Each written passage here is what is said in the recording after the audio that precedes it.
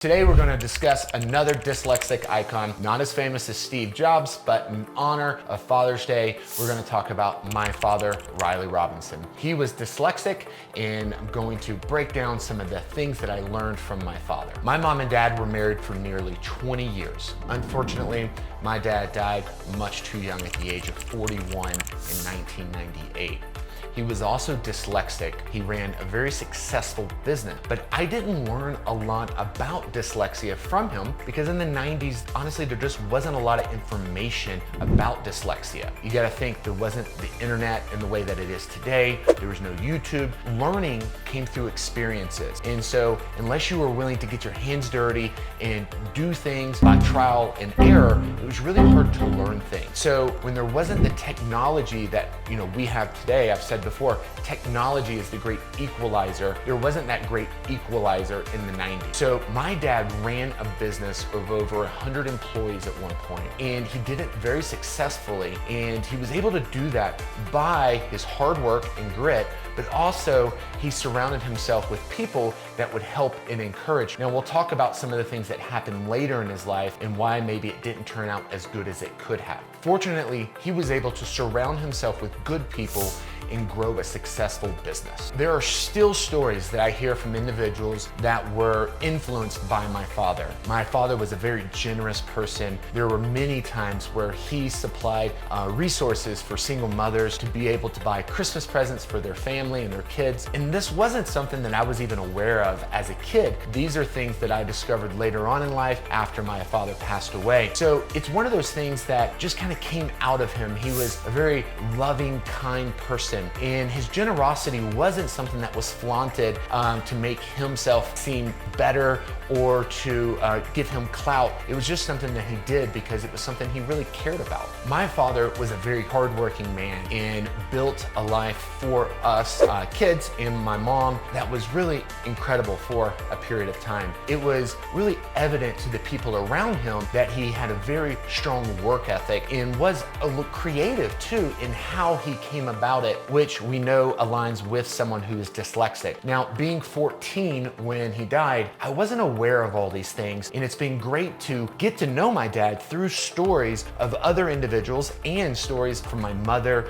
and stories from my older brother. I remember being with my dad when we were helping individuals. I remember there was this one property of a good friend of ours that got flooded, and we went over as a family, my brothers and my dad, and I remember ripping out sheetrock and making repairs. Now, I was very young, so I was probably playing more than actually helping, but I remember being involved in those times together, which impacted me even to this day, because I hold closely the value of helping other people. I think it's important for our values to be demonstrated, not just talked about, and my dad did a good job of that, especially earlier on in my life.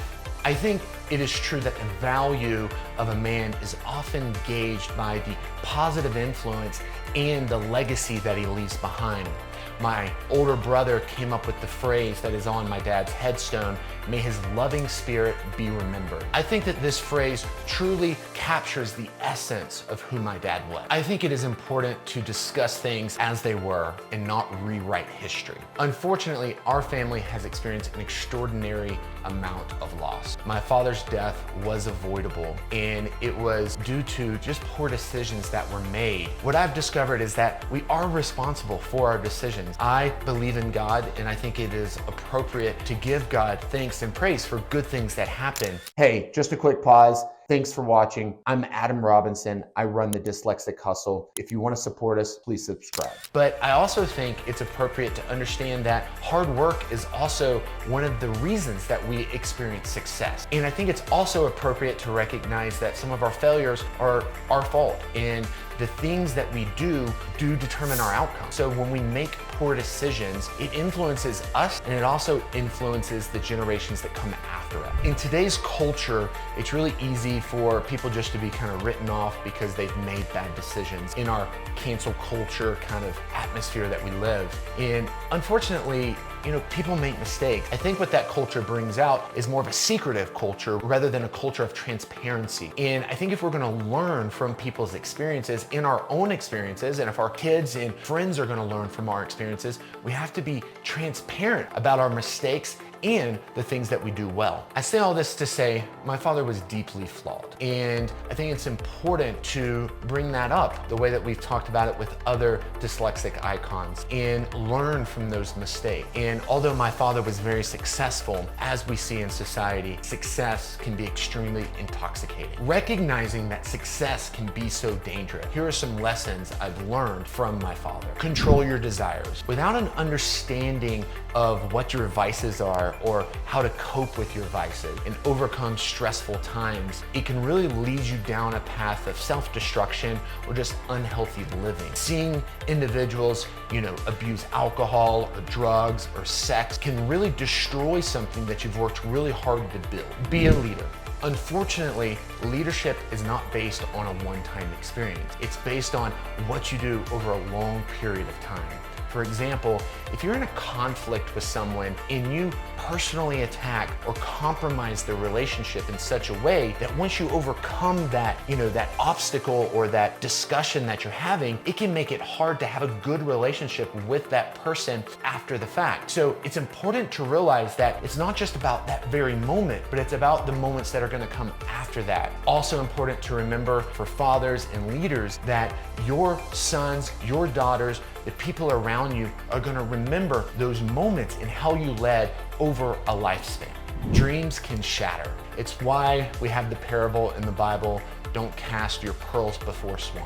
It's not that the pearl is going to be this really soft thing that's going to get hit in the mud and it's going to completely destroy the value. It's that when you allow a dream, something that's precious to you, to be thrown into the mud and be trampled on, it then begins to lose value, not because the pearl actually loses value, because the person carrying it then loses value or loses perspective or loses the passion for the pearl. When you allow people to devalue your dreams, it ultimately devalues you.